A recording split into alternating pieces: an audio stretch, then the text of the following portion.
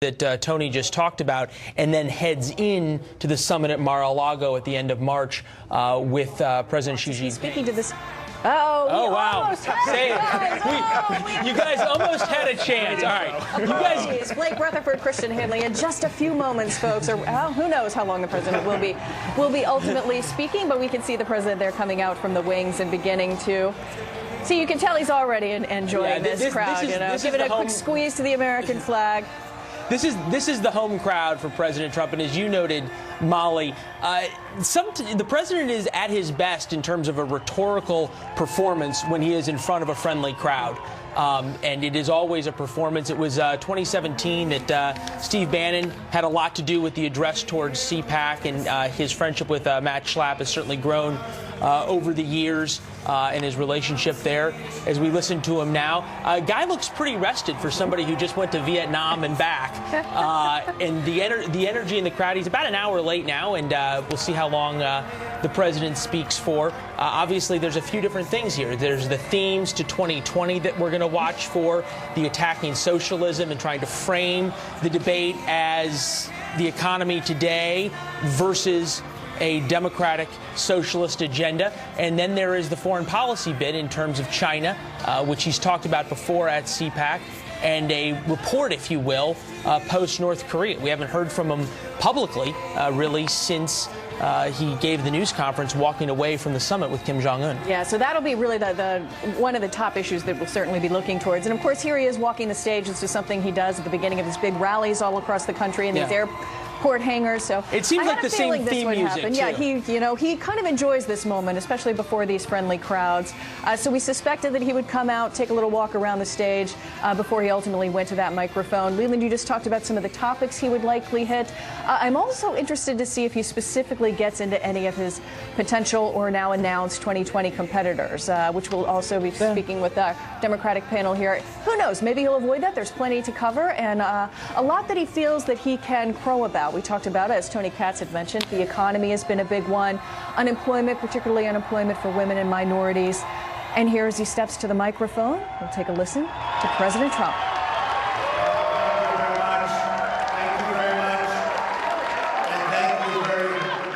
Much also to a man named Matt Schlapp. What a job he's done.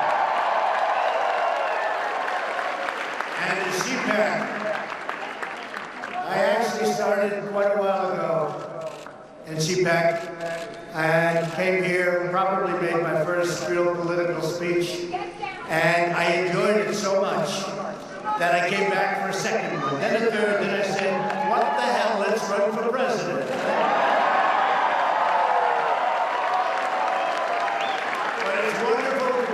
With so many great patriots, old friends, and brave, young conservatives. What a future you have.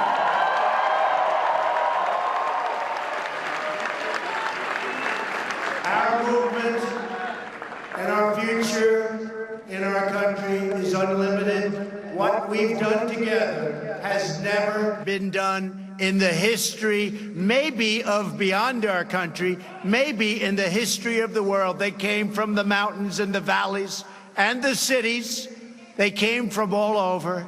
And what we did in 2016, the election, we call it, with a capital E, it's never been done before, and we're going to do it, I think, again in 2020, and the numbers are going to be even bigger.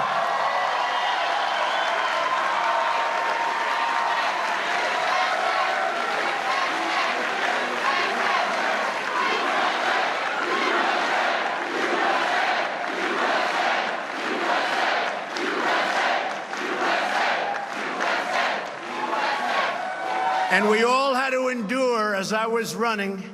So you had 17 Republicans, plus me. And I was probably more of a conservative than a Republican. People just didn't quite understand that. They didn't understand it. I think now with what we've done with the judiciary and so many other things, I think they get it very well. And it's driving the other side crazy. But we all had to endure, remember? How many times did you hear for months and months, there is no way to 270? You know what that means, right? There is no way to 270. They couldn't get me there. We might as well have just given up. But there wasn't any way to 270. In fact, I actually went up to Maine to get one, and I did win the one, but we didn't need the one. We won Maine. We won our half of Maine. Remember, you have Nebraska. We won both in Nebraska. We won the half we had to win in Maine. So we got the one, but we didn't need the one because we didn't get 270. We got 306 to 223. 223, 306.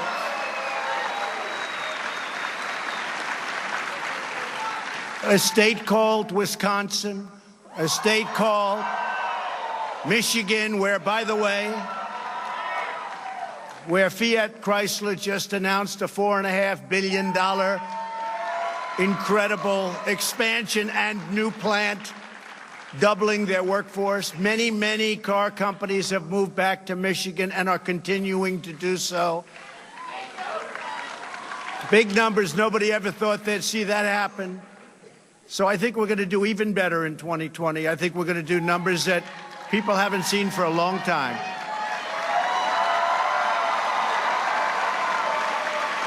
The men and women here today are on the front lines of protecting America's interest, defending America's value, and reclaiming our nation's priceless heritage. It's true. With your help, we are reversing decades of blunders and betrayals. These are serious, serious betrayals to our nation and to everything we stand for.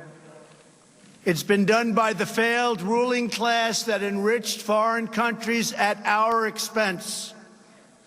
It wasn't America first. In many cases, it was America last. Those days are over, long over.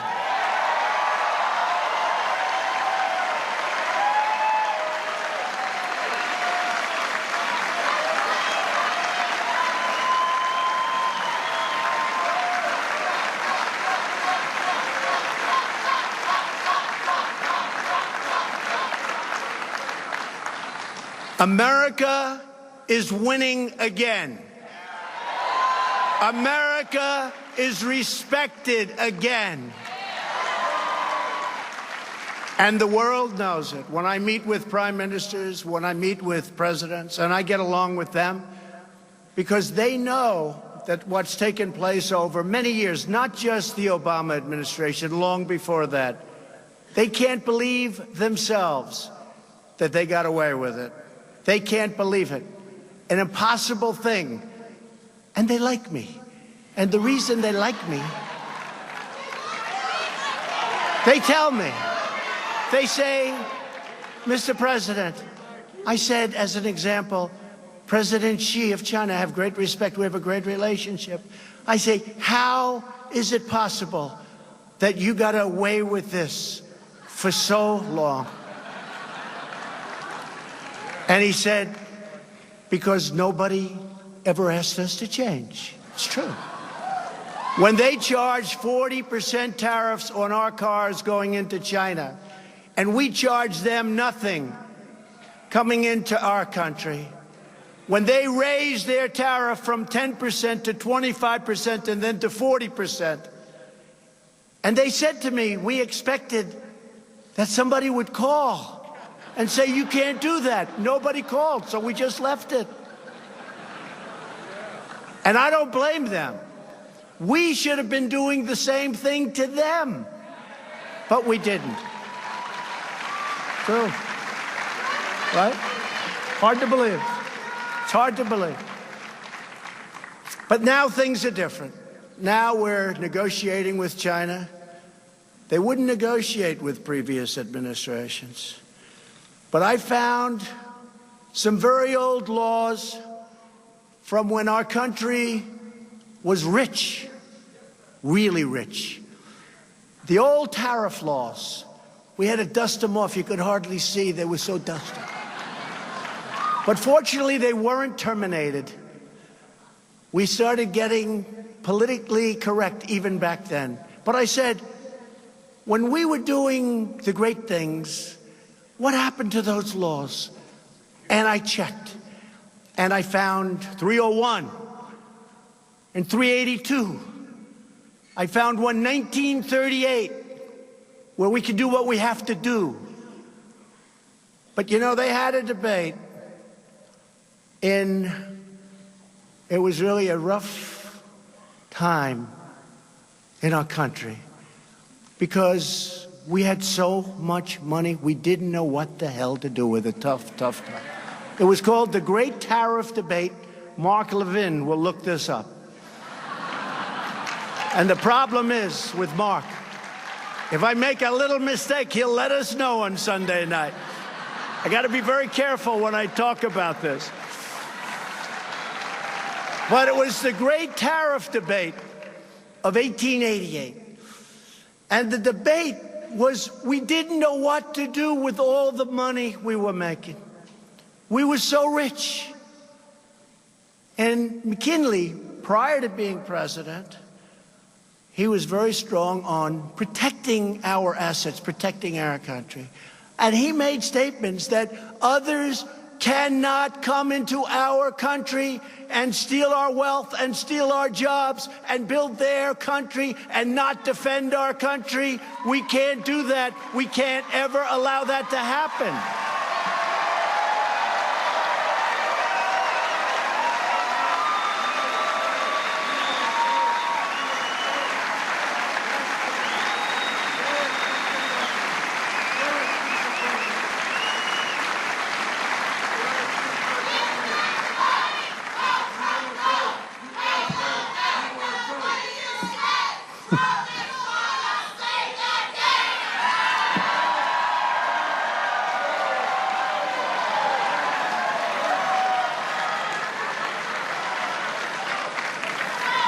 And you know, I don't know, maybe you know.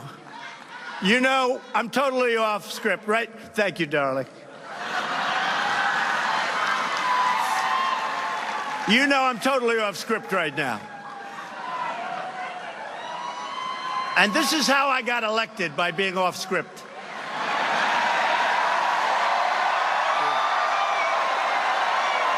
True.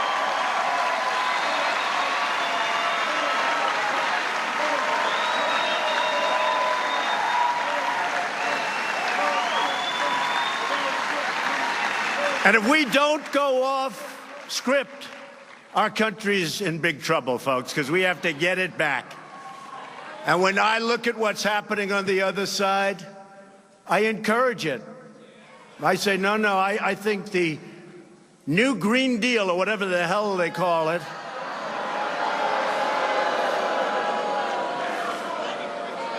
the Green New Deal, right? Green New Deal. I encourage it. I think it's really something that they should promote. They should work hard on. It's something our country needs. Desperately, they have to go out and get it. But I'll take the other side of that argument only because I'm mandated to. I'm mandated. But they should stay with that argument. Never change. Never change. No planes. No energy.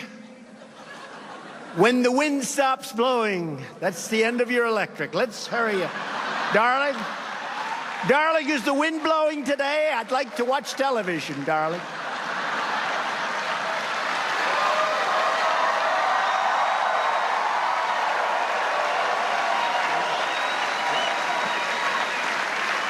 It's true.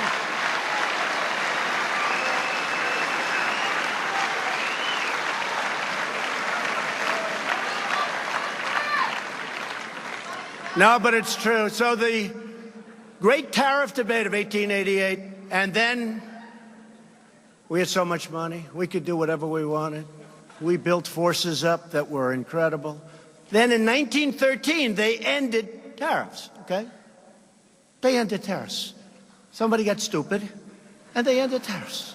They said, oh, it's okay for other nations to come in. I won't use a certain word because it's not politically, but everybody knows the word I'd love to use. Should I use it? I won't do it.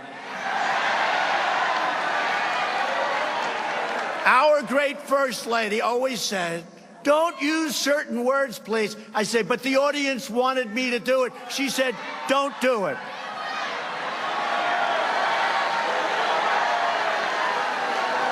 And the problem is, if I do that, they won't put the little preamble that we just went through.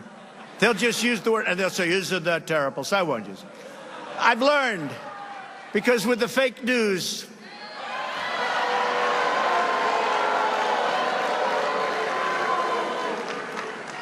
if you tell a joke, if you're sarcastic, if you're having fun with the audience, if you're on live television with millions of people and 25,000 people in an arena, and if you say something like, Russia, please, if you can, get us Hillary Clinton's emails. Please, Russia, please.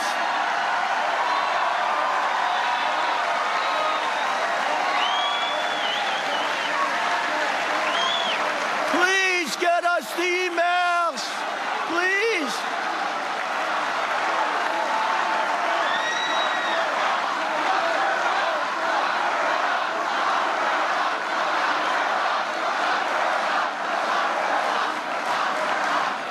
So everybody's having a good time. I'm laughing. We're all having fun.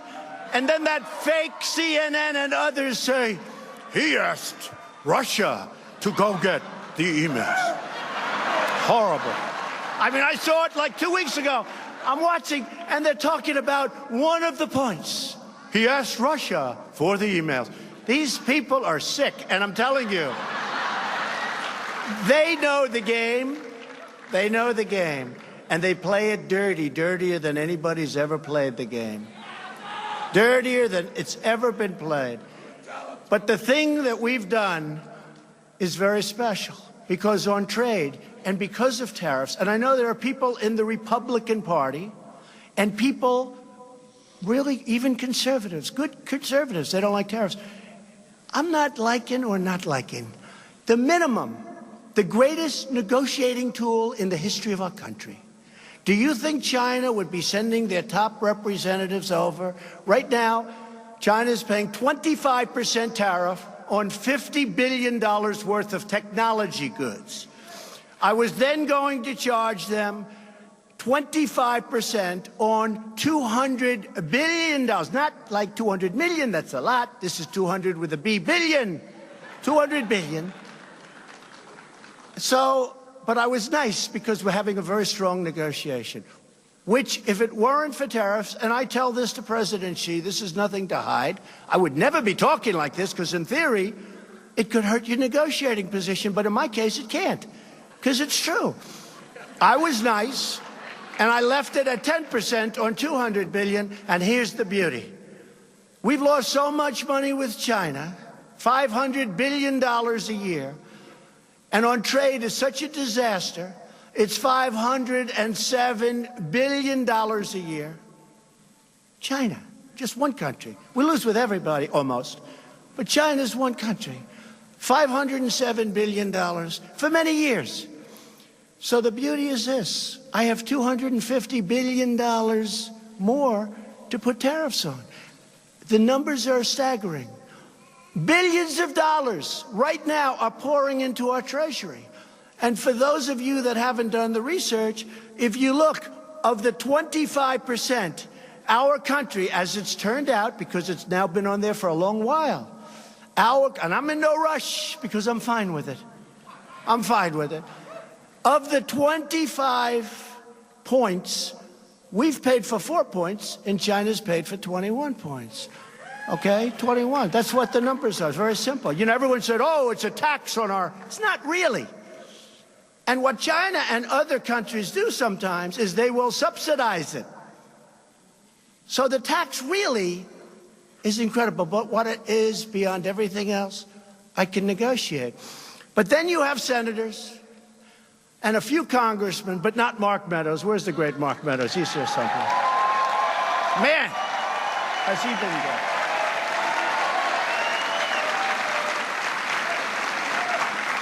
Mark and Jim Jordan, and I want to name every one of those couple of hundred people, because we do have a lot. I want to name every damn one of them. They have been incredible. They've been fighting, and I just see Mark in the audience. They've been fighting with Deb, much more important. His wife is incredible. What an asset. He would be nowhere without her. right? But they fight so hard on this witch hunt, this phony deal that they put together, this phony thing that now looks like it's dying, so they don't have anything with Russia. There's no collusion. So now they go and morph into, let's inspect every deal he's ever done. We're going to go into his finances. We're going to check his deals. We're going to check. These people are sick. They're sick. I saw a little Shifty Schiff yesterday. No, it's the first time. He went into a meeting, and he said, we're going to look into his finances. I said, where did that come from? He always talked about Russia. Collusion with Russia. The collusion delusion. So now we're waiting for a report, and we'll find out whether or not, and who we're dealing with. We're waiting for a report by people that weren't elected. We had, think of this, we had the greatest election. In all fairness, I used to hear Andrew Jackson. This was now greater than the election of Andrew Jackson. People say that. No, people say it. I'm not saying it. Right? This was the equivalent or greater. You know, they used to go to Ronald Reagan when I first started. This is Ronald Reagan. Then we started really doing well, and they were coming from everywhere to vote. Those red hats and white ones. The key isn't the color. The key is what it says. Make America great again. That's what it says. Right? Right? But we had the greatest of all time. Now we have people that lost. And unfortunately, you put the wrong people in a couple of positions, and they leave people for a long time that shouldn't be there. And all of a sudden, they're trying to take you out with bullshit, okay? With bullshit.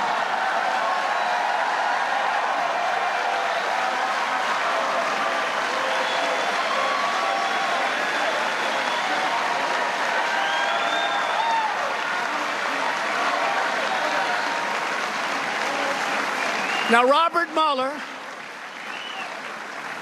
never received a vote, and neither did the person that appointed him.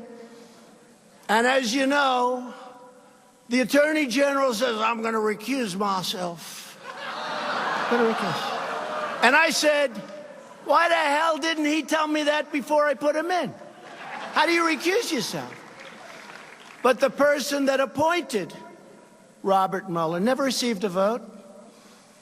Robert Mueller put 13 of the angriest Democrats in the history of our country on the commission. Now, how do you do that? These are angry, angry people. You take a look at them. One of them was involved with the Hillary Clinton Foundation running it. Another one has perhaps the worst reputation of any human being I've ever seen.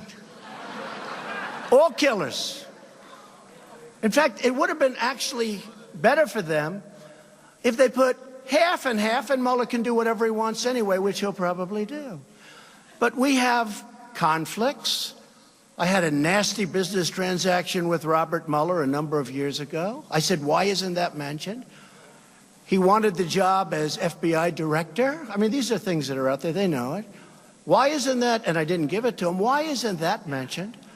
Jim Comey, Lion James Comey, is his best friend.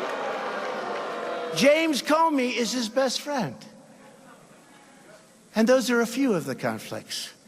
Other than that, it's wonderful. So everybody's waiting. I thought of it this morning, Mark, and I heard you made an incredible speech and statement today, Mark Levin. I heard it was incredible.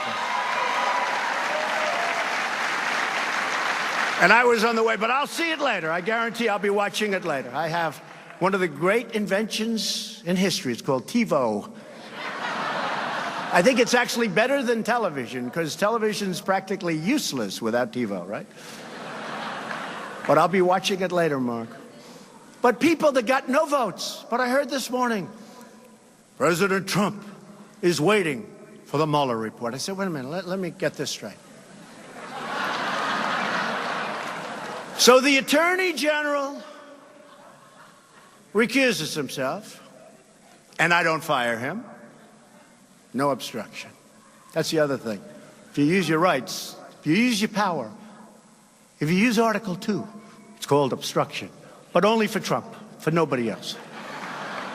So the Attorney General is weak and ineffective, and he doesn't do what he should have done.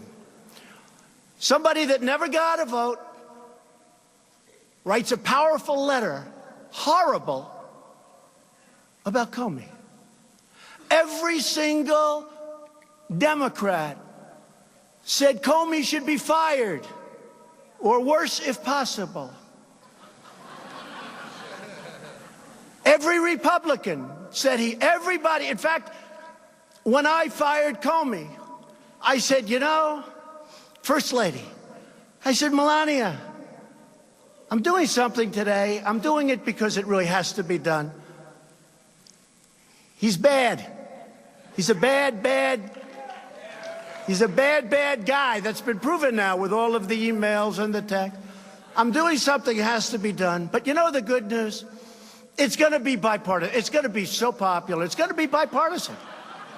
Every Democrat hates him. Every Republican hates him. He did a horrible job at the FBI. Speak to the real agents, the real people, because the people in the FBI are incredible people, not the sleaze on top.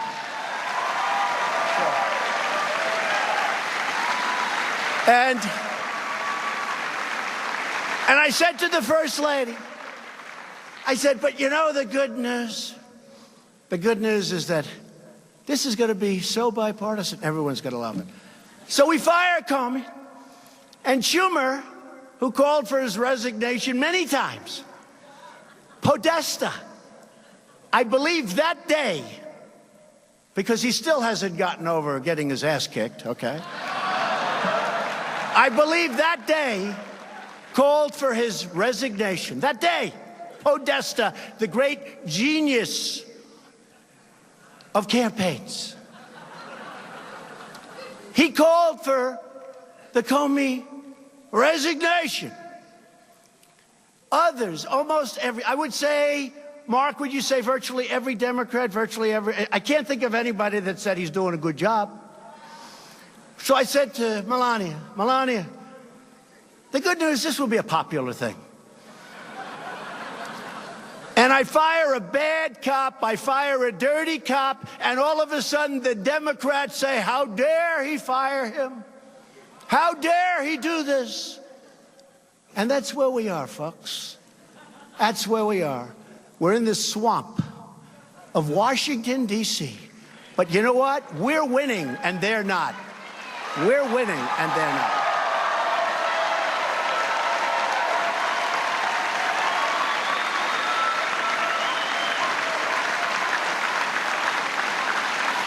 So just to finish,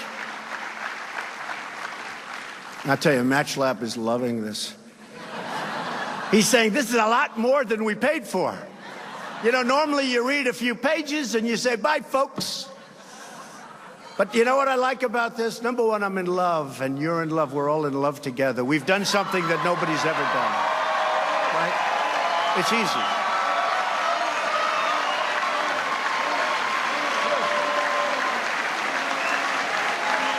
No, it's easy. You know, a great friend of mine from New York, he's a stone-cold killer. He's a brutal man. He's actually not even a good friend of mine because he'd turn on me in 2 seconds if it was up there. But he's a very rich guy. And he said, what are you going to speak about today? Like, what are you going to speak? I said, I don't know. He said, I just heard that you have the biggest crowd in the history of CPAC. They're all over. By the way, not only this giant room, they're in many hotel rooms all over the place. You're just better at real estate than they are.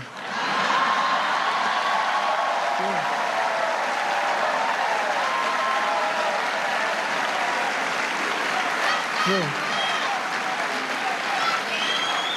But this guy, you all know his name, very rich guy, and he has a problem with a thing called public speaking. If he has to speak to more than like 5 people, he chokes.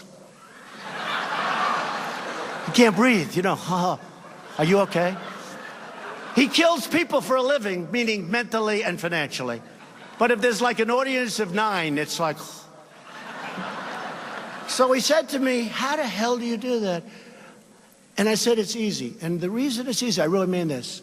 There's so much love in this room. It's easy to talk. You can talk your heart out. You really can. There's love in this room. You can talk your heart out. It's easy.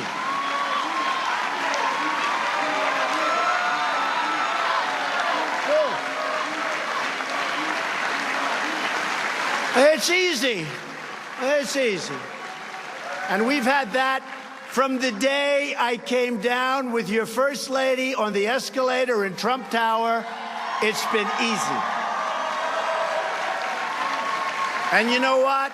We never had an empty seat. We went out and helped Ted Cruz. We went out and helped so many people. And I'll tell you what, if we didn't do those 32 rallies, and it wasn't easy, when you're doing rallies with 25, 30,000 people, in Texas, we had 109,000 people sign up. We used the Houston Rockets Arena. It holds 22,000. Tens of thousands were outside. We were sending notices, please don't come. That's a little different. Usually people are begging, well, yeah, like, can somebody come? We never had an empty seat. Of course, the Washington Post, a guy named David Weigel, he wrote an article, some arena, no, listen to this. He wrote an article. He got there 4 hours early. He took pictures of an empty arena. He then put out a note, something to the effect, not very good crowd size, Mr. President. And I never saw it because I don't follow the guy. But thousands of people that were in that arena that was packed with 25,000 people outside that couldn't get in. He got there 4 or 5 hours early because he doesn't fly private, you know. And maybe it's because of the carbon footprint. You think maybe that's... Maybe. It must be the carbon footprint. He just doesn't want private. But he got there hours early. And, you know, the place hadn't started taking in people. They weren't going to take them in.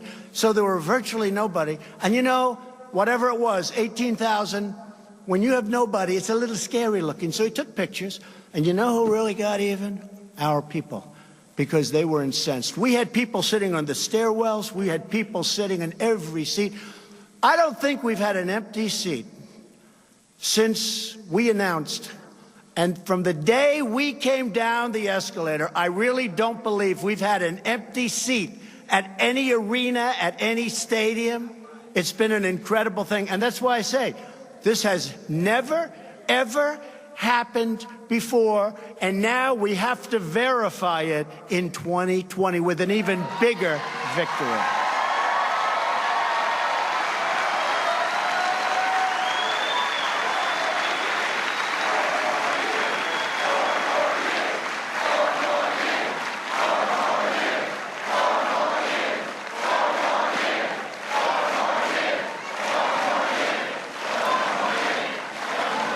And by the way, just to finish that story, Chris, the great Sarah Huckabee and Mercedes, who is incredible, sitting right here. Mercedes, thank you. They always say, you know, they're good people, right? Much better than I am.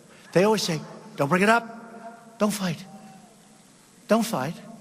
Everyone understands. I said, they don't understand. If I don't explain it, how are they going to understand? So remember the empty arena one, right? And then it was shown, and the Washington Post had to do, and this particular writer had to do I thought he was going to get fired. I mean, if that were a conservative, he would have been fired on the spot. He would have been humiliated for what he did because it was fake news. Nobody was in the arena. There were thousands outside, but they hadn't opened the gates yet. They did the same thing at our big inauguration speech. You take a look at those crowds. And I watched one of the evening shows that are ridiculous, how horrible they are, how mean, how horrible.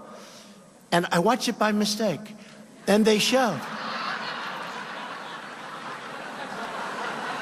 They showed from the White House all the way down. They showed from the Cap. They showed there were people, nobody's ever seen it. The Capitol, down to the Washington Monument. People, but I saw pictures that there were no people. Those pictures were taken hours before, right? And they always mention crowd size. He talks about crowd size. So I'm constantly bugging Mercedes whenever we have a slow moment. I say, Mercedes and Sarah, show them the pictures. Show them and compare them with what they put on television.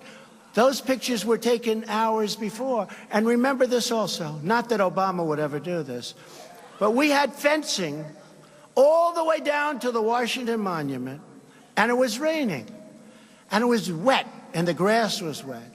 And women and men, and I consider them totally equal, so I'm not going to say it's harder for them. In fact, it's probably, with the men I know, it's actually easier for the women to make the walk, right? But they had to walk all the way down.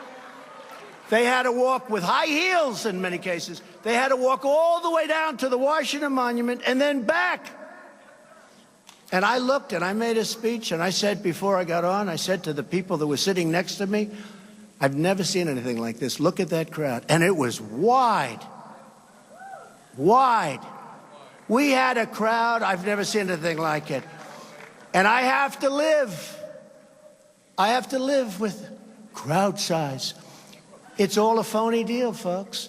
But I saw a picture just the other night of practically no people. It was taken hours before our great day. That was a great day for us. That was a great, great day. People came from all over. People came from all over. So Sarah said, and Mercedes said, sir, it doesn't matter. Nobody cares. I said, but I care. And people care. People care. So what I'm going to do is I'll give it to the great one. I'll give it to Mark Levin. And I'll give him the picture. And then I'll show you where they showed just the other day an empty field, like nobody on it. And you'll see the sun, you know, you can see it's very dark because the sun's like starting to rise, right? And you can have some fun. You're going to get big ratings on your show, I'll tell you that. Sunday night, everybody. Sunday night. 10 o'clock, right? Sunday night at 10 o'clock. Thank you. I knew that, actually, but thank you. All right, now let's get back into what I'm here for. And don't fall asleep. Don't fall asleep, right? Don't fall asleep.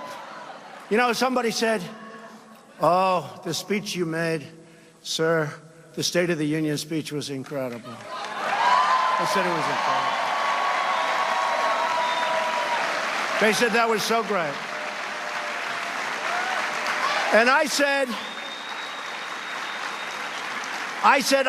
did. I got great reviews even from some of the really bad ones out there. Of course, by the following morning, they had to change because the head people called them, what are you doing?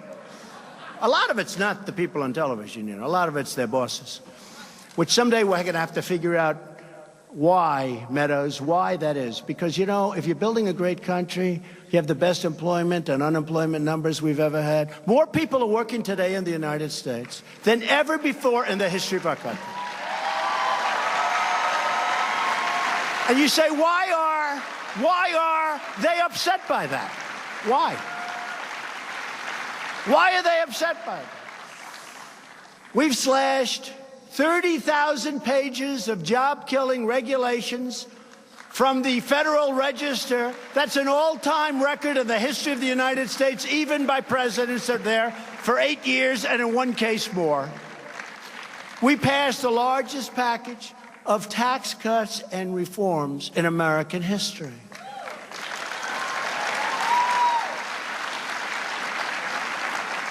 And we got rid of the individual mandate, which was a big deal, which should lead to the ending of the disaster known as Obamacare. It should.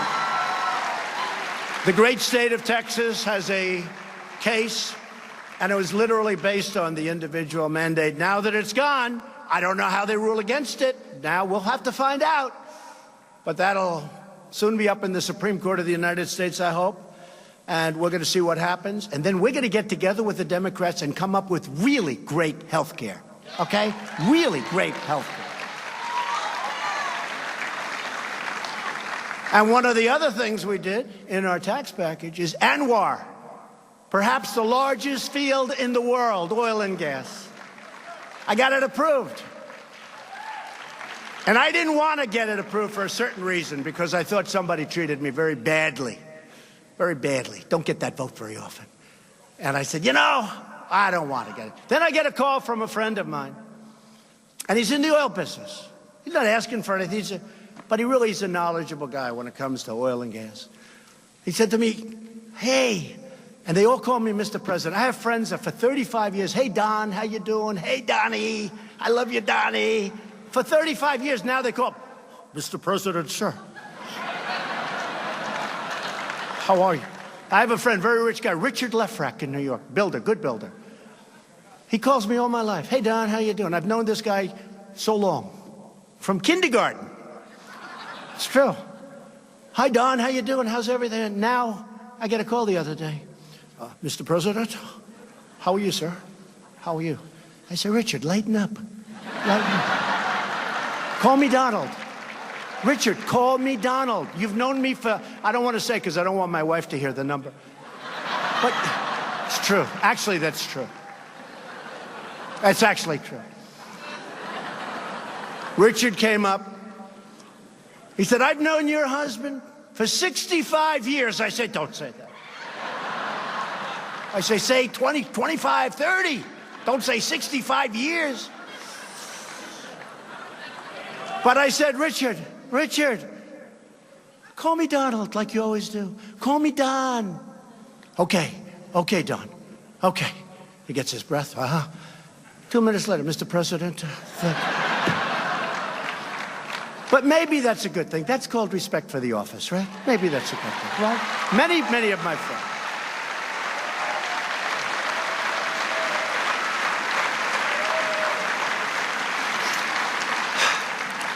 And that wasn't in the script either, Mark.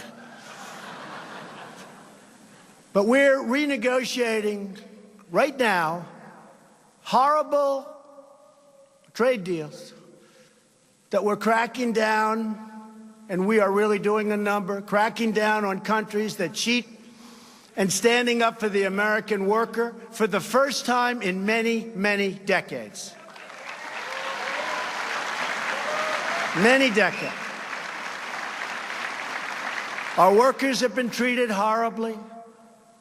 A country announces they're closing their plant in Michigan or Pennsylvania or Ohio. They're closing. They're closing a plant. They're going to move to Mexico. They're going to move to China. They're going to move someplace else. They fire all their workers. And then they sell their cars. No tax. Just make them in Mexico, sell them back to here. No tax, no nothing. Those days are all gone, folks. They're all gone. They're all gone. And in the new deal with Mexico and Canada called the USMCA, it's very, very hard, prohibitively hard, for a company to fire its 4,000 workers and move to Mexico or some other location. It's now a very costly. They can do it, I guess, if they want, but it's costly. It's painful.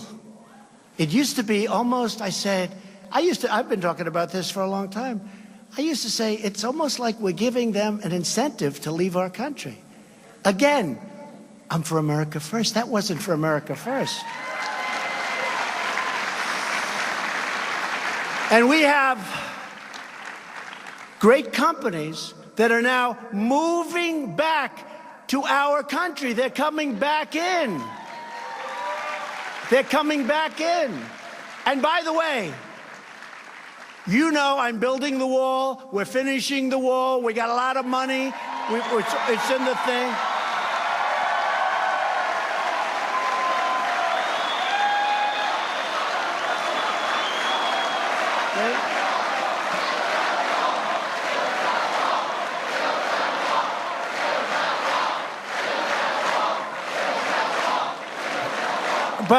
And there'll be some people in the room that don't like this. We're down to 3.7% unemployment, the lowest number in a long time. But think of this. I got all these companies moving in. They need workers. We have to bring people into our country to work at these great plants that are opening up all over the place. This was not necessarily what I was saying during the campaign, because I never knew we would be as successful as we've been. Companies are roaring back into our country, and now we want people to come in. We need workers to come in, but they've got to come in legally, and they've got to come in through merit, merit, merit.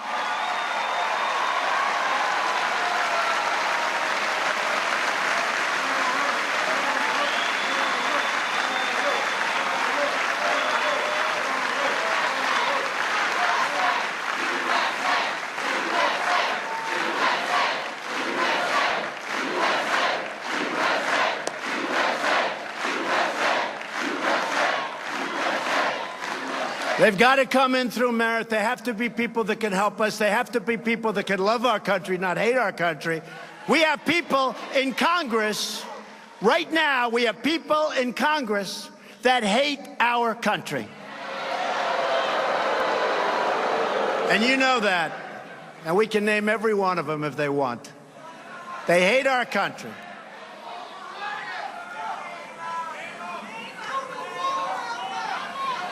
Sad. It's very sad. When I see some of the things being made, the statements being made, it's very, very sad. And find out, how did they do in their country? Just ask them, how did they do? Did they do well? Were they succeeding? Just ask that question. Somebody would say, oh, that's terrible that he brings that up, but that's okay. I don't mind. I'll bring it up. How did they do in their country? Not so good. Not so good. But we need workers. We have to bring in workers.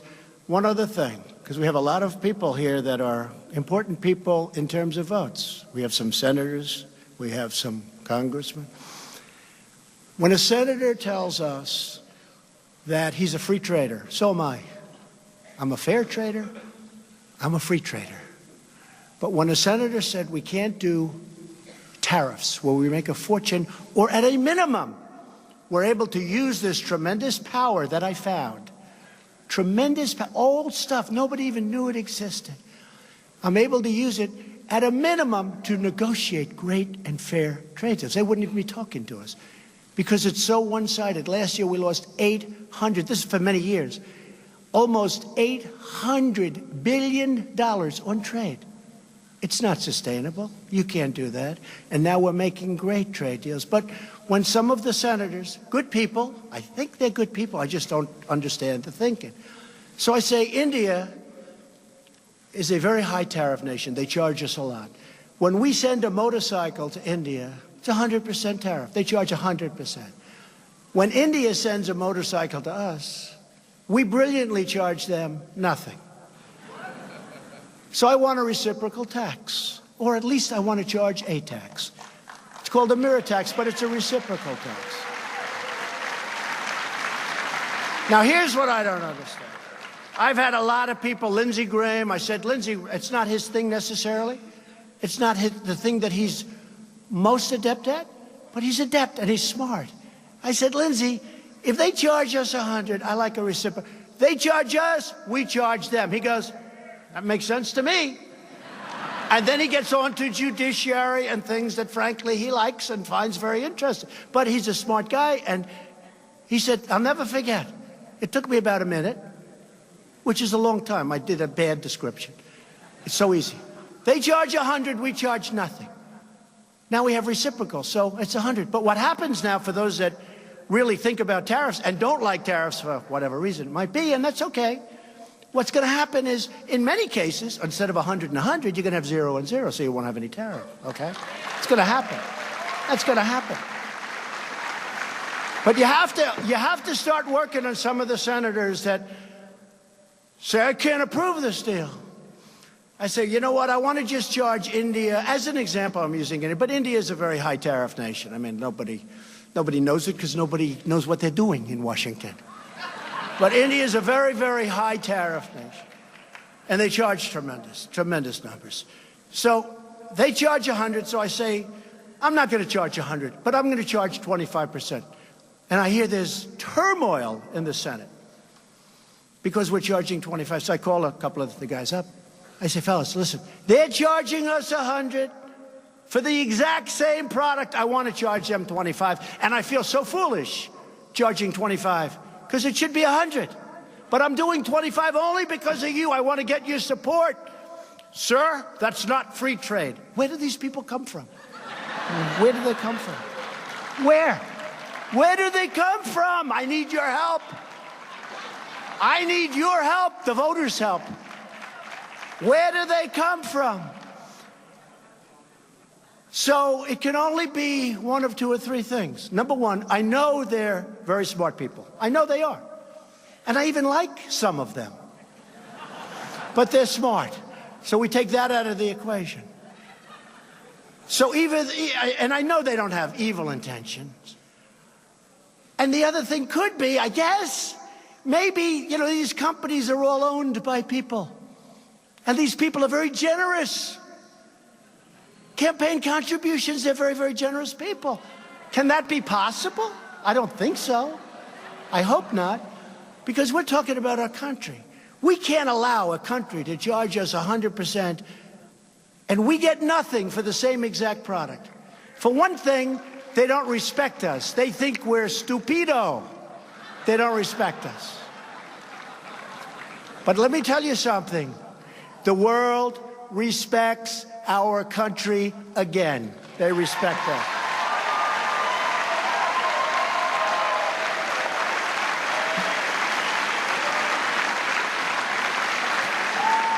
And America is now booming like never before. Other countries are doing very poorly. Other countries are doing very poorly. And that makes it even harder for us to be successful. Plus, we have a gentleman that likes raising interest rates in the Fed. We have a gentleman that loves quantitative tightening in the Fed. We have a gentleman that likes a very strong dollar in the Fed. So with all of those things, and we want a strong dollar, but let's be reasonable. You understand that. With all of that, we're doing great. Can you imagine if we left interest rates where they were? There's no inflation, essentially. There's no inflation. Can you imagine if we left interest rates where they were? If we didn't do quantitative tightening, taking money out of the market. If we didn't do quantitative talk, and this would lead to a little bit lower dollar, a little bit. I want a strong dollar. But I want a dollar that's going to be great for our country. Not a dollar that's so strong that it is prohibitive for us to be dealing with other nations and taking their business.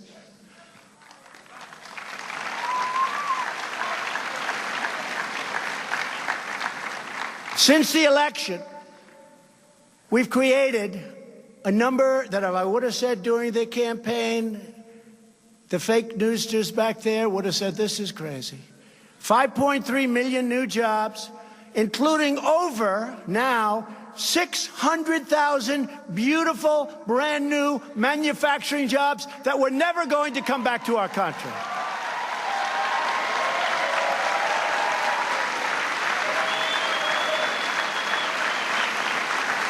These are jobs that were never coming back to our country. Remember? Not to talk badly about the other administration, but if that theory went forward with crooked Hillary winning the election, instead of being up almost 50% with the stock market, you would have been down 50%. It was heading down. It was going to be a disaster. We have nearly 5 million Americans that have been lifted off of food stamps. Nobody ever thought that was possible.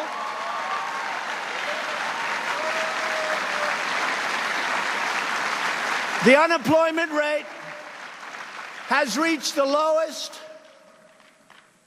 in over 51 years, and African American, and you've heard me say this many times, Hispanic American, Asian American unemployment rates are at their all-time historic lows.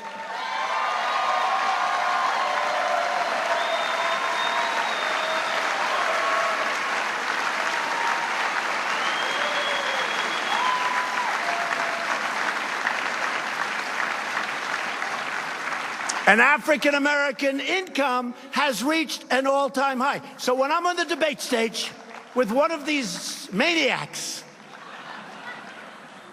I mean, trains to Hawaii. How do you get to Europe? We haven't figured that one out yet. We don't use airplanes anymore. You saw what I'm doing in California, right? They have a fast train. The fast train goes from San Francisco to Los Angeles. It's over budget by hundreds of billions of dollars. So they have a great idea. The new governor, nice guy. He is a nice guy. When I'm with him face to face, nice. When he speaks about me, not so nice. But face to face, he loves me. Called me up. He said, "You're a great president. You're doing a great job." He actually did 2 weeks ago, 3 weeks ago. He'll probably deny it, but check the phone records at the White House. Everybody else does. Check them. Check them. Check them. Called me up 3 or 4 weeks ago. I think they need some forest money because, honestly, the management of the forest is very bad, and that's one of the problems they have. I said, you got to get those forests. We can't keep sending billions and billions and losing hundreds of lives, more importantly. Got to clean it up. It's called management. When a tree falls, you can't let the environmentalist say you can't take that tree out. It becomes like a matchstick, that tree. It hits a flame, it goes up. The leaves, every once in a while, you have to remove the leaves because they are so... A guy smoking a cigarette, he throws it away. He doesn't mean it. The thing catches on fire. We'll lose 400,000 acres and people are killed. You got to have management. But he called me up the other day, recently, let's say 4 weeks ago or so. He said, "I just want to tell you, you're a great president, and you're one of the smartest people I've ever met." That's what he said. Now, that's what he said. Will he admit it? No, I doubt it. But that's what he said. And you're doing a great job. And then he did start talking about, in all fairness, additional money for the fire, which is, it's okay. That's okay. We have great talks. I mean, I like him. Gavin Newsom, I like him. Nice guy. But they say things, you know, politicians, they say things to your face, and then you see 2 days later they're giving a news conference. It's like, where did that guy come from? Where did he come from? But everyone in this great country, right now, because of our great new economy, is doing well, except, of course, for the never-Trumpers. But they are on mouth-to-mouth resuscitation.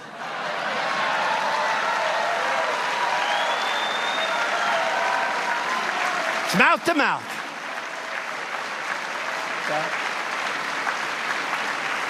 Mouth-to-mouth. They're hanging in there, a couple of them. I mean, these guys have gotten me wrong. Not only never-Trumpers. You have never-Trumpers, you have certain hardline. They're basically dishonest people because, look, let's face it. Whether you like me or not, if my name is Smith instead of Trump, and if you told him I put in over 100 federal judges, it'll soon be 145 federal judges and 2 Supreme Court judges and 17 appellate division judges. That we've got the best economy maybe in our history. That we've got the best employment numbers and unemployment numbers in our history. That we've cut more regulations in 2 years than any president has ever done, whether it's 4, 8, or beyond. That we've taken care of our military with $1.7 billion. Think of that. Think of what we did. Think of what we did with our military. Think of the numbers that we have for our military. We have numbers, nobody's ever heard of these numbers before. And you know, part of the problem that we have, because I'm a Coast Guarder, and you are all Coast Guarders, but we have to take care of our military. We have to. $700 billion we spent, and that was the first year. And then the second year, $716 billion. Now, I have no choice. I'd like to spend much less. Obama was spending much less, but our military was being depleted. He was fighting in endless wars. They never end. And by the way, as of probably today or tomorrow, we will actually have 100% of the caliphate in Syria, 100%. 100%. And we'll leave a small group of guys and gals, but we want to bring our people back home. We want to bring our people back home. It's time. Been in these wars. We were going to be in Syria for 4 months. We ended up 5 years. Just fighting. They just like to fight. We want to fix our country. We want to fix our bridges, our highways, our roads, our schools. We want to fix our country up. It's time. It's time. But I was told by a general who I had to fire, I said, General, how long before we get 100% of the caliphate? He said, sir, 2 years. I said, I can't take it 2 years. And then I flew to Iraq. First time I left the White House, because I stayed in the White House for months and months, because I wanted the Democrats to get back from their vacations from Hawaii and these other places. And I figured it would look good if I stayed in the White House so that you people all love me and vote for me, okay? I figured it would look good. So I stayed in the White House. And I'll tell you what, I was there. I told my wife, go to Florida, enjoy your Christmas. I stayed for Thanksgiving. I was in the White House for a long time, months. I had cabin fever in the White House. But if you've got to have cabin fever, that's the place to do it, okay? But I was there, I don't know, for a number of months, through Christmas. I spent my New Year's all by myself in the room. Don't cry.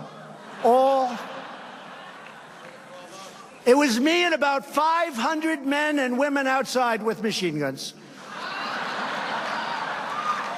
I never saw so many beautiful-looking machine guns.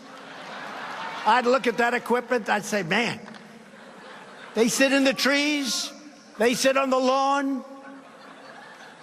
I told people, I'm in this massive, people don't know how big the White House. First of all, it's one of the most beautiful places in the world. It's really, I made a lot of money with luxury. This building, it's in 1799, which of course, when President Xi comes, I say 1799, like it's old. To him, that's like a brand new house. In China, they go back 8,000 years. So that's like a new residence. But I sat in the White House for months and months, except I took a day off. I flew to a lovely place called Iraq. And I flew at night, and I got there at night, and I said to myself, this is interesting, because they say, sir, all of the lights in the plane, sir, are going off. I say, why? Because we're getting ready to land. We're an hour out. I said, what about the shades? Well, we want it better than that, maybe light gets through. So we turned the lights off, put the shades down. This is a big 740 Air Force One. And we're landing, and I go up and I look. And I've landed. I like to sit with pilots. I respect people that know what they're doing, and these are the best in the world. I really do. These are the best in the world. And the pilot says, sir, we're landing in approximately 1.5 minutes. I say, but there's no runway. No, sir, the runway's right up there, sir. I say, I don't see it. I have pretty good vision. At least for my age, I have good vision. I guess for my age, I have great vision, but I don't have vision like a 35-year-old captain. He said, no, it's right up there. I said, I'm sorry, Captain. How about this? Should we lift off and try to get Captain? There's no runway. Anyway, no, he said, right up there. And we land. There's practically no lights. These are little pin spots. And I said, think of this. We spent $7 trillion in the Middle East, and we can't land a plane with the lights on. 20 years later. How bad is that? No, seriously, how bad is it? How bad is it? $7 trillion, and we have to fly in with no lights. But I met some incredible people. Generals. One of them came from Syria, the operation in Syria. And I was upset with my generals because they weren't getting it finished. I want the job done. I want to bring our people back home.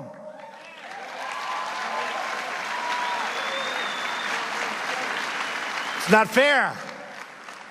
And this is why I flew. So I met generals I didn't know. General 1, General 2, General 3.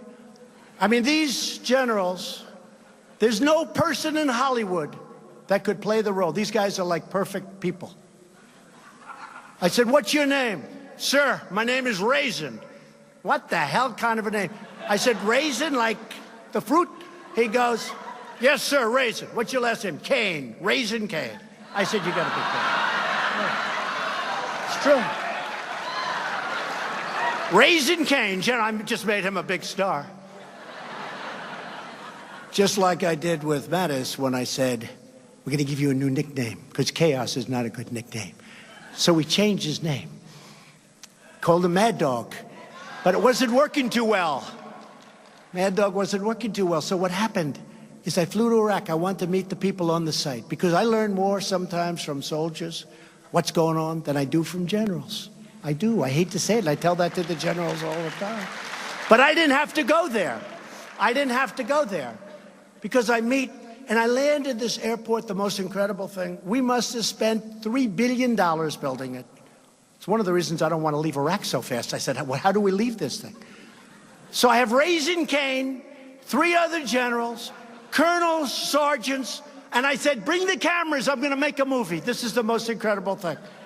And I said to the generals, listen, we got to get out. I want to know, why is it going to take 2 years to knock off 2 or 3 or 4%, which is what we had left? It won't, sir. I said, tell me why it won't. It won't, sir. If we attack them in a different manner, we can do it much faster. Okay, General Raisin Kane, how fast can... Sir, we can have it totally finished in 1 week. I said, 1 week? I was told 2 years. 1 week. That's right, sir. We're only hitting them from a temporary base in Syria. But if you gave us permission, we could hit them from the back, from the side, from all over, from the base that you're right on right now, sir. They won't know what the hell hit them.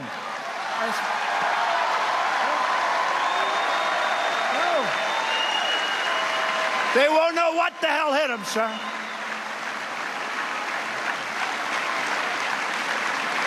And I said, why didn't my other generals tell me that?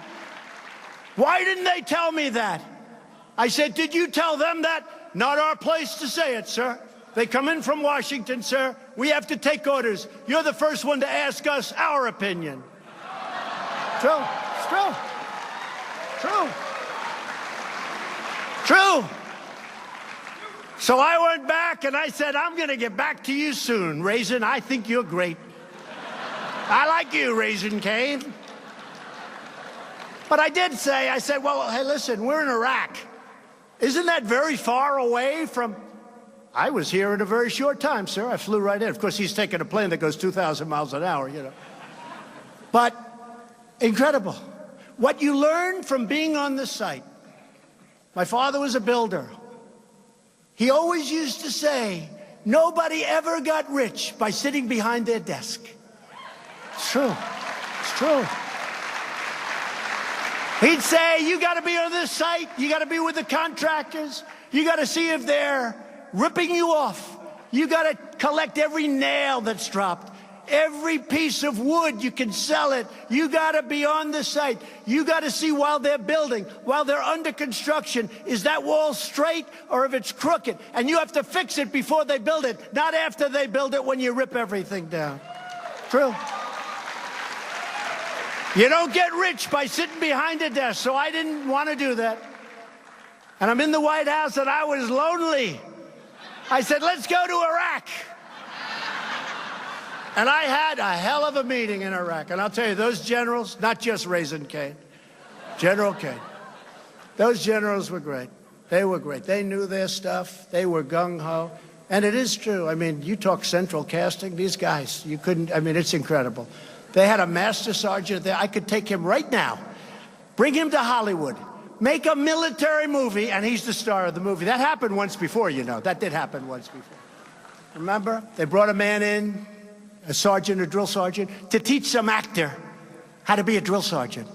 The drill sergeant was so incredible that he ended up starring in the movie. And he should have gotten the Academy Award, by the way, but he didn't. That's because Hollywood discriminates against our people. You know the movie I'm talking about, right? What was that movie? You know the movie. But while we're making great strides, and our country is doing as well and maybe in many ways better than it's ever done before, Democrat lawmakers are now embracing socialism. They want to replace individual rights with total government domination. Just this week, more than 100 Democrats in Congress signed up for a socialist takeover of American health care. Their radical government-run plan, if you call it that, would lead to colossal tax increases like you've never seen before, and take away private coverage from over 180 million Americans. And we have some great private coverage, and we've initiated some incredible plans like the new cooperative plan, where you get better insurance than Obamacare for a fraction of the cost.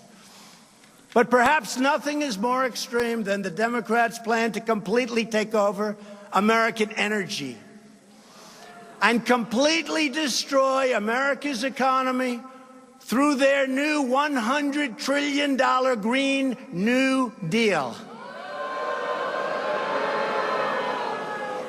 Under the Green New Deal, which somebody described as a high school term paper written by a poor student. It's true. It's true. Who would believe it? It's so bad. But I'll be honest with you, folks. I said, it's Saturday morning. I said, Matt, should we do a little more, spend time? He said, yeah, would you do that? By the way, everybody okay? I haven't seen anybody leaving. I haven't seen anybody. I know one thing. If Mark Levin gets up and leaves, I'll finish very quickly, because then I know. But I haven't seen anyone leaving. Nobody's left. I watch those doors. Because a lot of times, well, one time the press said, people left. Yeah, you know where they went to? The bathroom, and then they came back. 2 people. They showed 2 empty seats in a stadium of 19,000. They showed 2 empty seats. The people left right in front of me. And I said, oh, man, maybe this isn't a good job I'm doing. Then they came back. They went to the bathroom. And a certain fake news deal showed a picture on the front page of these 2 empty seats. They said, Trump had empty seats. We never have empty seats. The Green New Deal would completely abolish the American oil, natural gas, coal, and nuclear power industries, of which we're now the leader in the world. We're the biggest now in the world because of moves that I've made. Happened over the last 2 years, by the way. And we're trying to speed up pipelines in Texas, which would have taken 15 years. We think we're almost very close to getting them approved. When that happens, we'll go probably another 30 to 40%. We need pipeline approval. We're going to have it very quickly. It was going to be a 14 to 15-year process. We should have it done. We'll pick up 30 to 40% more. Their plan would remove every gas-powered car from American roads. Oh, that's not so bad. They want you to have 1 car instead of 2. And it should be electric. Okay? So tell people no more cars. No more cars. I think the auto industry is not going to do too well under this plan. What do you think, Meadows? How's this? Will the auto industry be good? I don't think so. It's not looking good. I think maybe you're going to see some bad stock prices if that passes.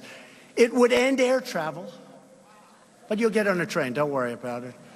You just have to cross off about 95% of the world. And it would force the destruction or renovation of virtually every existing structure in the United States. New York City would have to rip down buildings and rebuild them again. I don't think so. This is the craziest plan. And yet I see senators that are there for 20 years. White hair. See, I don't have white hair.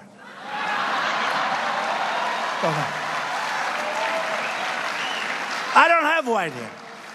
Now, I see these white hairs, long-time senators, standing behind this young woman.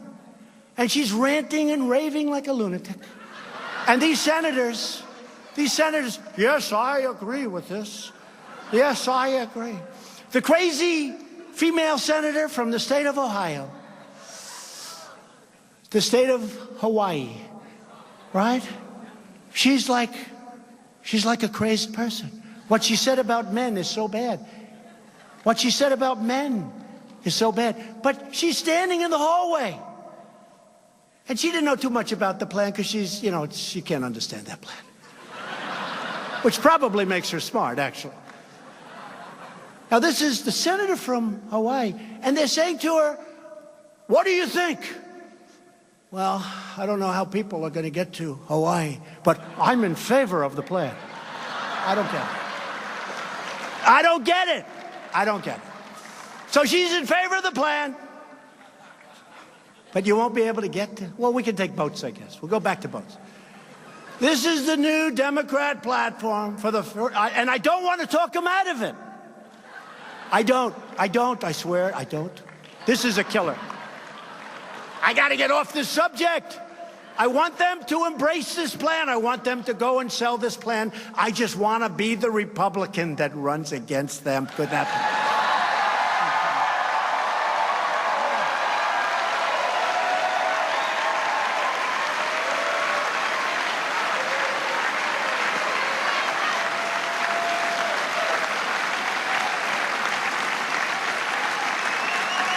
I'm going to regret this speech. This speech should have been delivered 1 year from now, not now, damn it. Because they're going to grip together. They're going to say, you know, this guy's really laying for us. I should have saved the Pocahontas thing for another year. Because I've destroyed her political career, and now I won't get a chance to run against her, and I would have loved it. We got to, you know, I don't want to knock out all of the good stuff and end up with somebody that's actually got talent. That would be terrible. So I do like the Green New Deal. I respect it greatly. It should be part of the dialogue of the next election.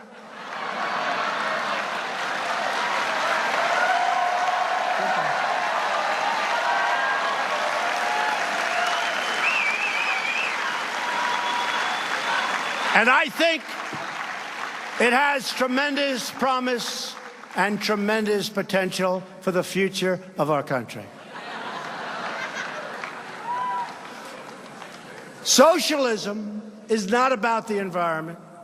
It's not about justice. It's not about virtue. Socialism is about only one thing. It's called power for the ruling class. That's what it is. Look at what's happening in Venezuela and so many other places. All of us are here today because we know that the future does not belong to those who believe in socialism.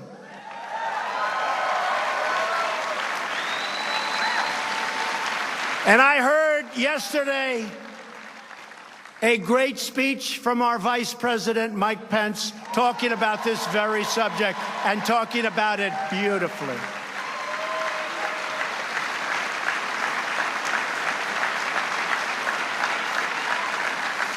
The future belongs to those who believe in freedom. I have said it before, and I'll say it again. America will never be a socialist country. Ever.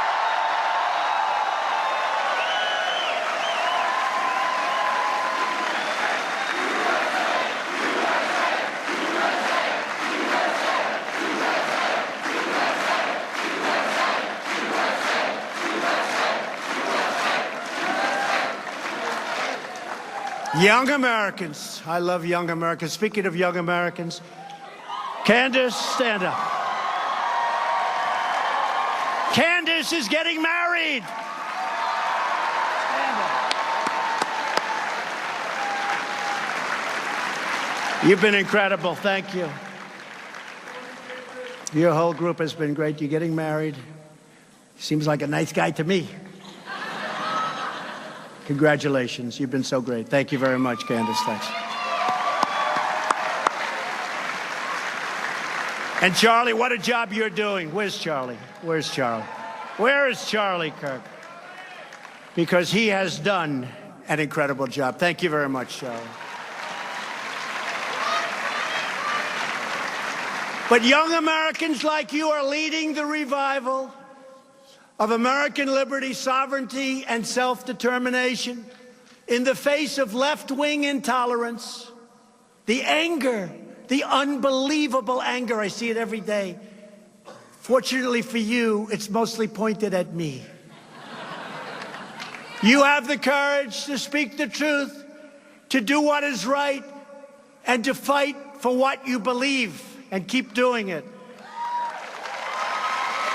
We reject oppressive speech codes, censorship, political correctness, and every other attempt by the hard left to stop people from challenging ridiculous and dangerous ideas. These ideas are dangerous. Instead, we believe in free speech, including online and including on campus. And by the way, there's a young gentleman with us today.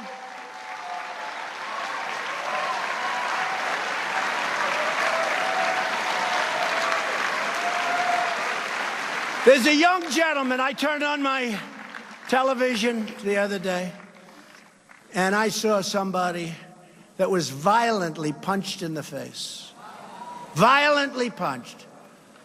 And I said, that's disgusting. By a bully, I'd like to do a lot of things, but of course we would never do that. Because if I ever said violence, they would say, Donald Trump attacked. No, no, no. Just for the media, I'm sure he's a lovely young man. Just had a little temper tantrum.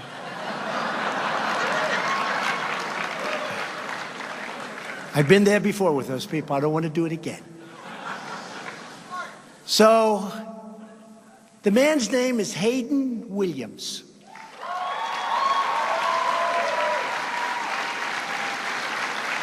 Where's Hayden? Where is he?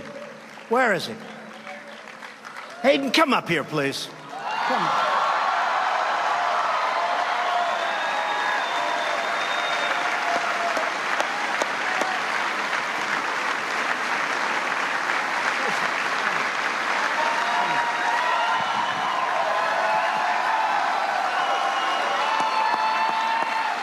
Thank you. Thank you. So, at the Leadership Institute, we're committed to making campuses great again, and I thank you so much for bringing me up here to let me speak. It's great that I'm being recognized, and but there's so many conservative students across the country who are facing discrimination, harassment, and worse if they dare to speak up on campus. So I'm glad that we could bring this to the forefront. And I'd just like to say, if these socialist progressives had their way, they would put our Constitution through the paper shredder in a heartbeat. So, it's as important now than ever, the work at Leadership Institute and campus reform, exposing these liberal abuses to the public. It's as important now as ever. And these students do it because they have a love of our nation and freedom, and frankly, a love for you, Mr. President. So if you keep defending us, we'll keep defending you. Thank you. Stay here for a second. So here's the one thing. I was going to call him, but I don't have to now. I see him here. But here's the one thing. I learned a number of things. First of all, he could take a punch. Muhammad Ali could take a punch. He can take a punch. Because you weren't going to go down no matter how. That was a hell of a hard punch. He was a strong guy. But you know what? You've got yourself a great lawyer. I know your lawyer. She is a great lawyer. Just tell her to do me a favor. Sue him, but he's probably got nothing. But sue him forever. But sue the college, the university. And maybe sue the state. Ladies and gentlemen, he took a hard punch in the face for all of us. Remember that. He took a punch for all of us. And we can never allow that to happen. And here is, in closing with Hayden, here's the good news. He is going to be a very wealthy young man. That's okay.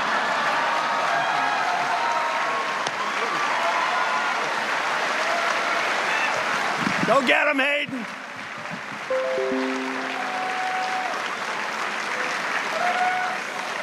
Today, I'm proud to announce that I will be very soon signing an executive order requiring colleges and universities to support free speech if they want federal research dollars.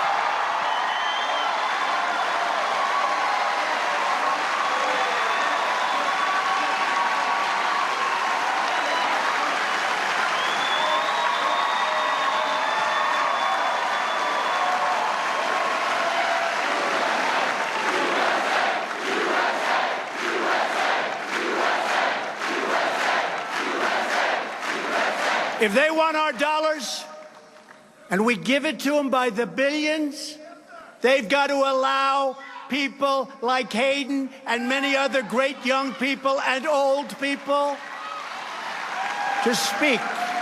Free speech.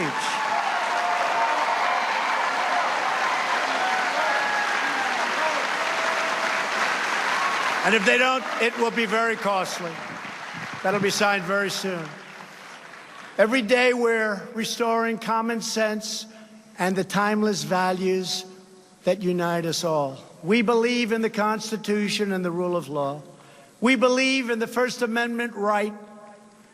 And we believe in religious liberty.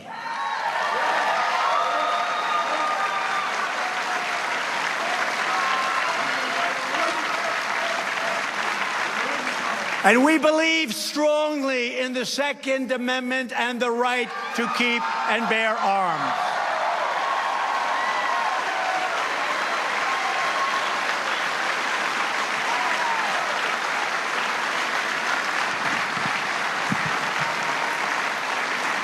Which is under siege, folks. They have a lot of plans. It's under siege. Be careful. But I'll protect you. I promise you that. I'll protect you. Because it all has to come through my office.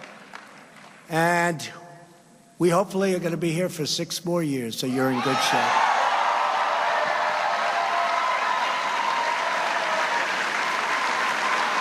We believe in the American dream, not in the socialist nightmare. And we believe in the words of our national motto, "In God we trust."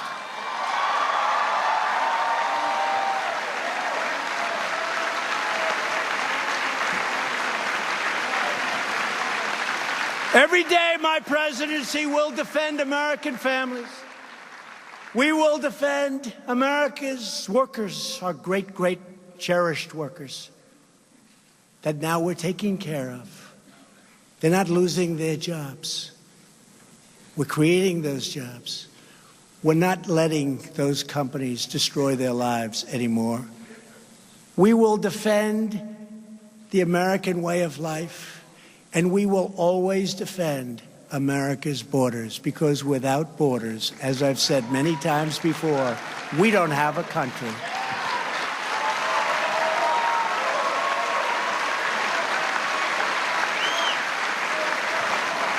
The lawless chaos on our southern border provides a lucrative cash flow to some of the most dangerous criminal organizations on the planet. Deadly cartels constantly, daily, hourly violate our borders to flood our cities with drugs that kill thousands and thousands of our citizens violently. What are these people talking about when they talk about the border? Keep it open. Keep what open? Have you been there? Have you seen? I just got back. I've been there many times. I see what's happening. I don't like it. But I have to tell you, our Border Patrol, our ICE agents, our law enforcement, the job they do, and they don't have the backup of a wall in many cases. The job they do is incredible. These ruthless cartels terrorize innocent communities on both sides of the border and spread instability throughout our hemisphere. When I was there 2 weeks ago, 26 people were killed, very close to where I was, on the Rio Grande. Sounds nice, right? The Rio Grande. Rough stuff. 26 people were killed, and they were buried right near where I was standing. And the paper doesn't write about it, the news doesn't write about it. In the last 2 years alone, ICE officers made 266,000 arrests. Think of what that means. Think of that. Arrests. I'm not talking about people coming in. I'm talking, they went out and arrested 266,000 people who have criminal records, and in some cases for murder. Who the hell wants to do that? Thank God they're doing it, because I don't want to do it.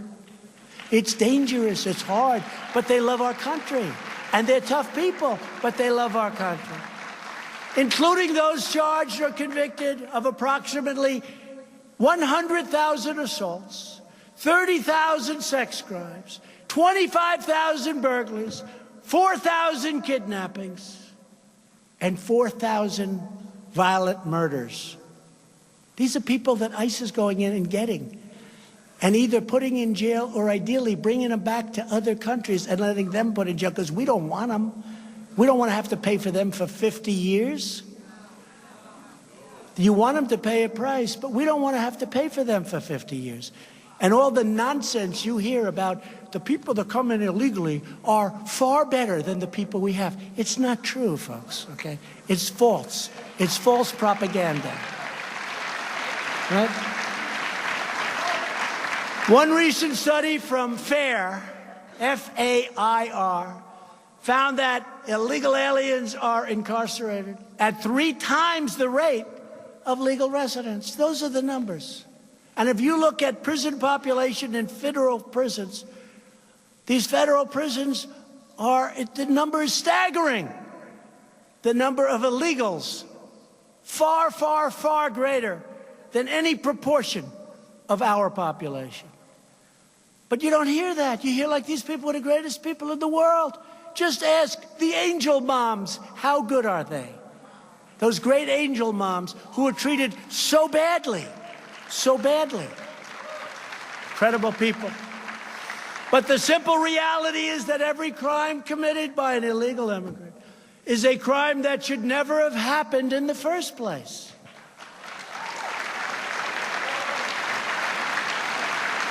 The border crisis is also a heartbreaking humanitarian tragedy. Vicious coyotes, smugglers, and human traffickers prey upon innocent women and children. 1 in 3 women is sexually assaulted on the dangerous journey north. When I ran for president, my first speech, I mentioned the word rape. The press went after me. I couldn't believe it.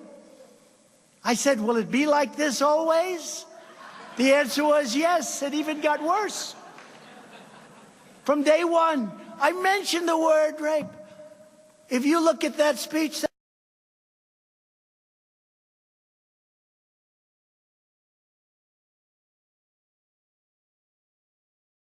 and they have lousy policy. They have policy I could never sell if I wanted to. But, big but, they always stick together. And the Republicans don't. Remember that. Remember that. They always stick together. They vote in blocks. They have 47. We had a tremendous victory. We were given no credit.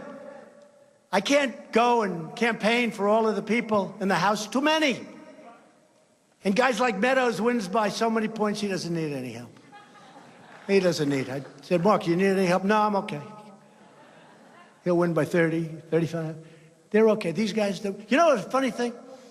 The ones that love Trump, the ones that are really the Trumpers, like Meadows, Jordan, Gates, so many of them. I don't want to, I get myself, I could just name them so many. They're the ones that win without, I mean, it's like they don't even have an election. It's the ones that they're a little shy about embracing what we're all about. They get clobbered.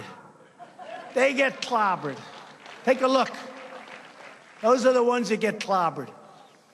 But the good news is they're all starting to find that out. Just this week, Senate Democrats opposed legislation to prevent the killing of newborn infant children who survive abortions. Virtually every Democrat voted against protecting these precious babies. Everyone. They voted in groups. And we did have that great victory. We went for 51, and 2 that we didn't like got out. They said they retired. They didn't retire. They were retired. They said these 2 senators have decided to retire. No, no, no. They retired because they had very little support. Like, how about 5% and 8%? No, we did great. We had 53. We picked up in the Senate. They were going to win the Senate, remember? And I'll tell you, folks, I worked hard. I did 32 big, fat rallies. And those rallies brought us to a tremendous Senate victory so that we can continue onward with our judges and our approvals.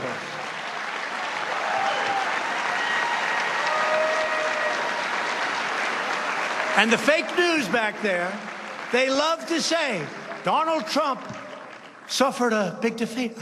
First of all, we won the Senate, which frankly, judges never, hate to say it, in all due respect.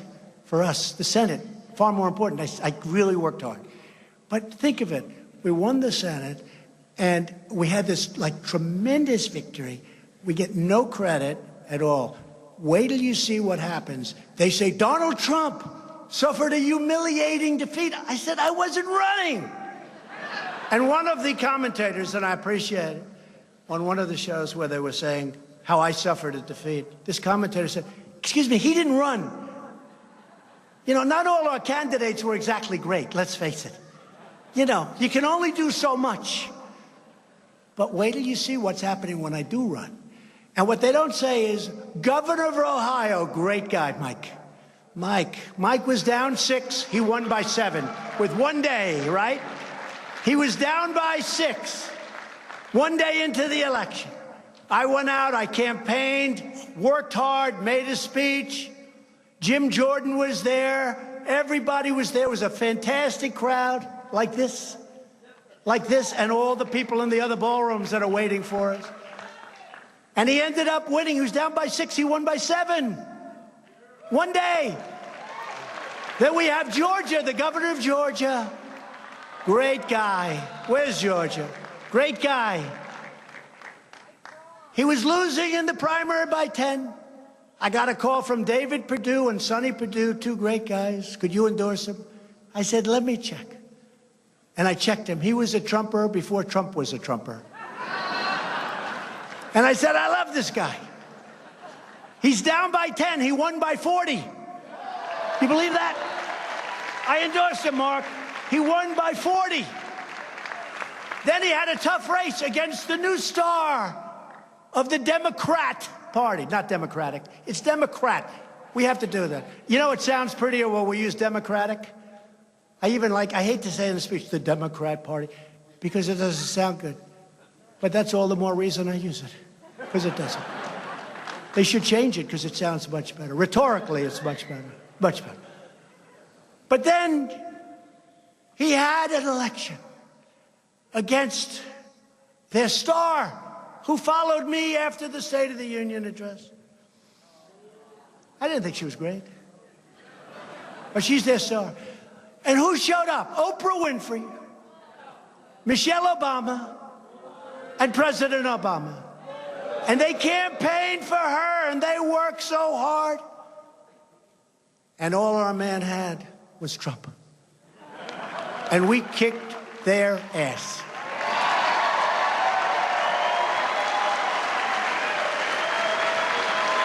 True.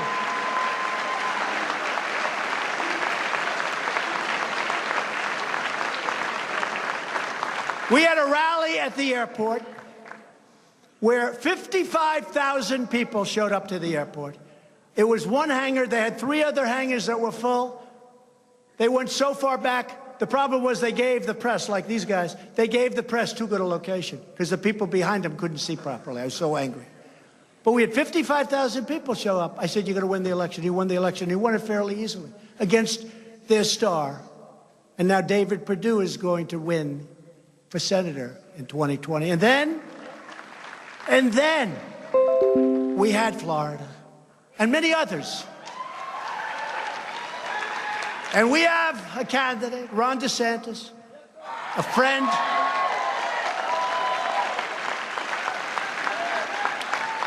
friend of many of us in this room, but nobody knew he was running. He was running against in the primary somebody that was easily going to win. He was scheduled to be the next governor of Florida.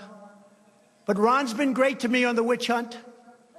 He's been a defender of me against these phony charges of Russia. Russia, Russia, Russia, Russia. My wife said, you never spoke to anybody from Russia, darling. I said, that's right. But Ron DeSantis, I like people that defend me. You know, when people defend me, I defend them. So he came. That's why I like Mark. That's why I like Mark Levin. And I'm not sure a lot of people like him. He's tough as hell. But I like him. I love him. But then we have Florida. So Ron DeSantis is at 3. 3! He calls up, sir, could I have your endorsement? I said, Ron, you're at 3. Your opponent is, I guess, agriculture, commissioner, has $22 million in the bank. His poll numbers are very good. He's up in the 20s or 30s. I said, Ron, don't make me do this, Ron. Sir, I can win. All right, Ron, here we go. Because I know if he loses, which almost never happens when I endorse somebody, almost never. Only one time, and that was because it was done in the middle of the day of the election. Nobody knew I did it. They got home, they said, I didn't know Trump endorsed him. But we rarely, rarely lose. But I said, Ron, don't do it. I said, all right, Ron, I'll do it. He went from 3 to 60. To 60. And then he ran against a guy who had unbelievable support. He had every celebrity going to Florida. He had money all over the place. And Ron was in there pitching, and I was in there pitching with him. And we now have a great governor in the state of Florida. And I could mention many others, other governors, many other states, but I'm not going to bore you with it. And I really think that it's incredible what we did in the midterms. I think it's incredible. Governor of Florida, governor of Ohio. Remember, you can't win unless you win the state of Ohio. We got the governor of Ohio, and he's great. Mike, we love you, Mike. As we defend American values at home, we are also defending American security abroad. We have secured all sorts of funding, all sorts of record everything, and we will never forget our military. We will never forget our veterans. We are taking care of our veterans like they've never been taken care of before. We just got them choice, so now they can go see a doctor. Now they can go and see a doctor instead of waiting online for weeks and weeks and weeks. And we got them accountability. You couldn't fire anybody in the VA. You had sadists. You had people that took advantage of our veterans. They've hit them. They were sadists. They were sick people. You couldn't fire them. You had thieves that were stealing, openly stealing. You couldn't fire them. I got a bill passed, VA accountability. Now you look at the guy, you say, get the hell out of here. You're fired. Get out. Nobody thought we could get it. For 40 years, they tried to get it. For 40 years, they tried to get it. They couldn't get it. And VA choice, they thought for many, many decades, they've been trying to get VA choice. You could get it. Now, instead of waiting online for 2 days, 9 days, 3 weeks, people were dying. People that weren't very sick. would be dead by the time they saw a doctor 6 weeks later. Now, these great veterans, if there's a big wait, they go outside, they go to a local doctor, we pay the bills, they get better, everybody's happy, and we actually save a lot of money, if you can believe it. And I got that approved after 44 years of being unable to get it approved. For our veterans, we love our veterans.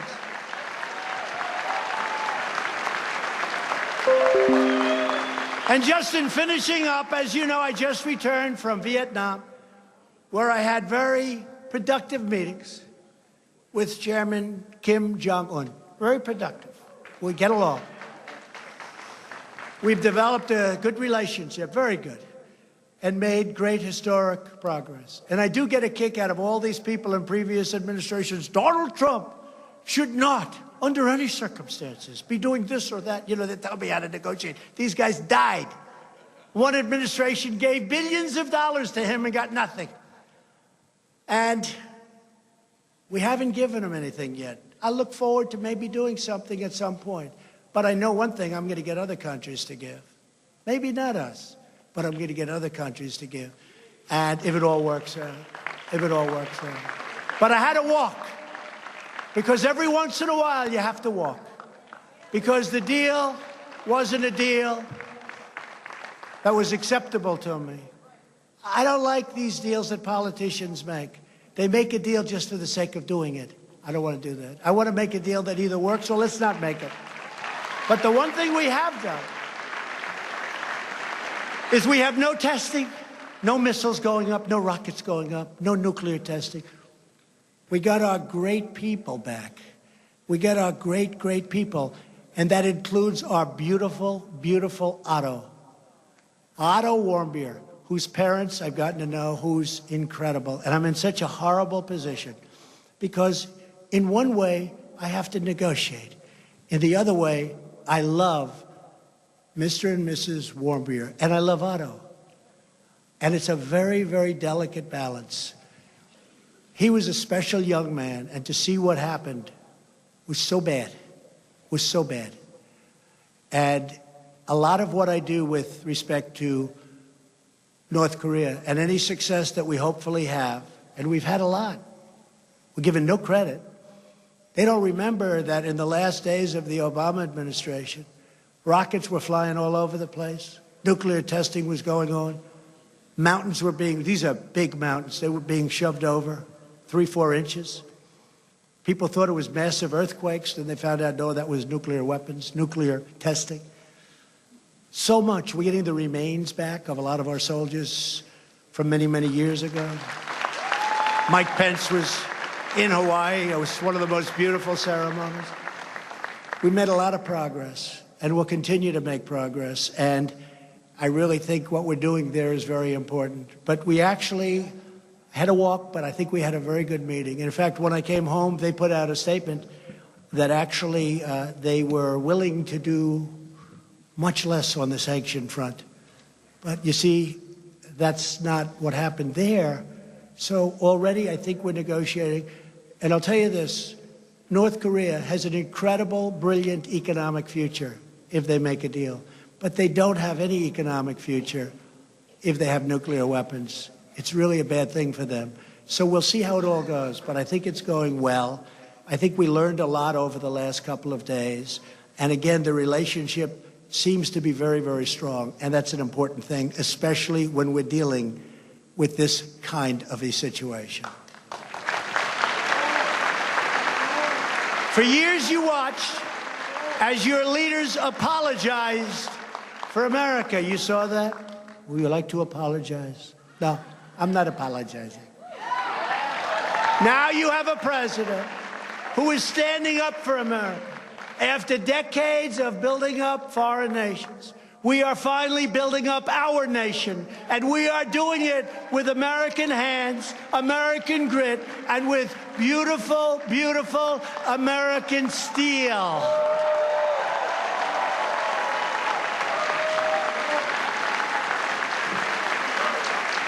We are fighting to ensure that every young American inherits the same blessings and the same boundless opportunity that our ancestors fought to secure with all of their heart, might, and soul.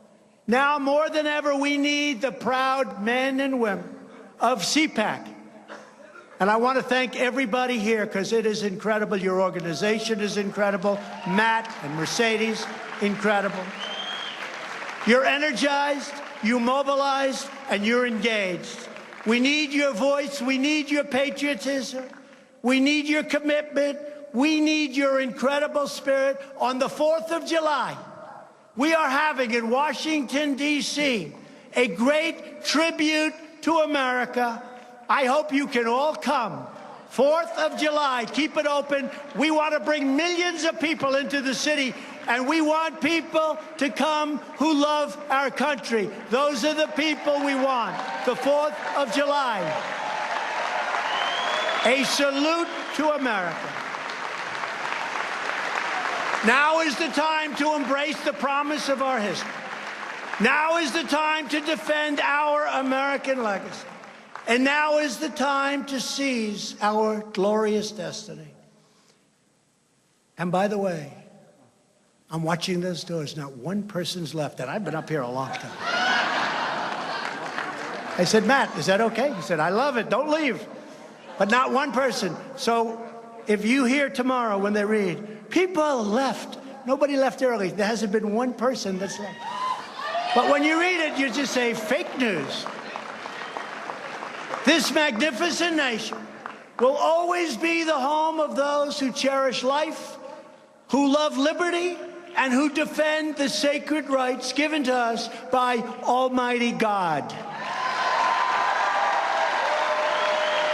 Together we are one people, one family, and one nation, forever united behind one great American flag.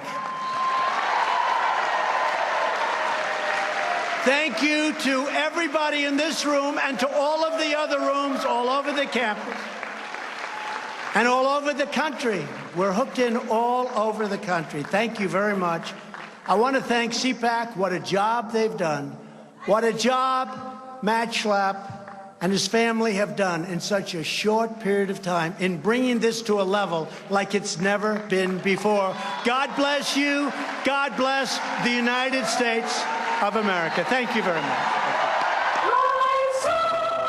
President Trump capping off a jam-packed week with a speech that lasted 2 hours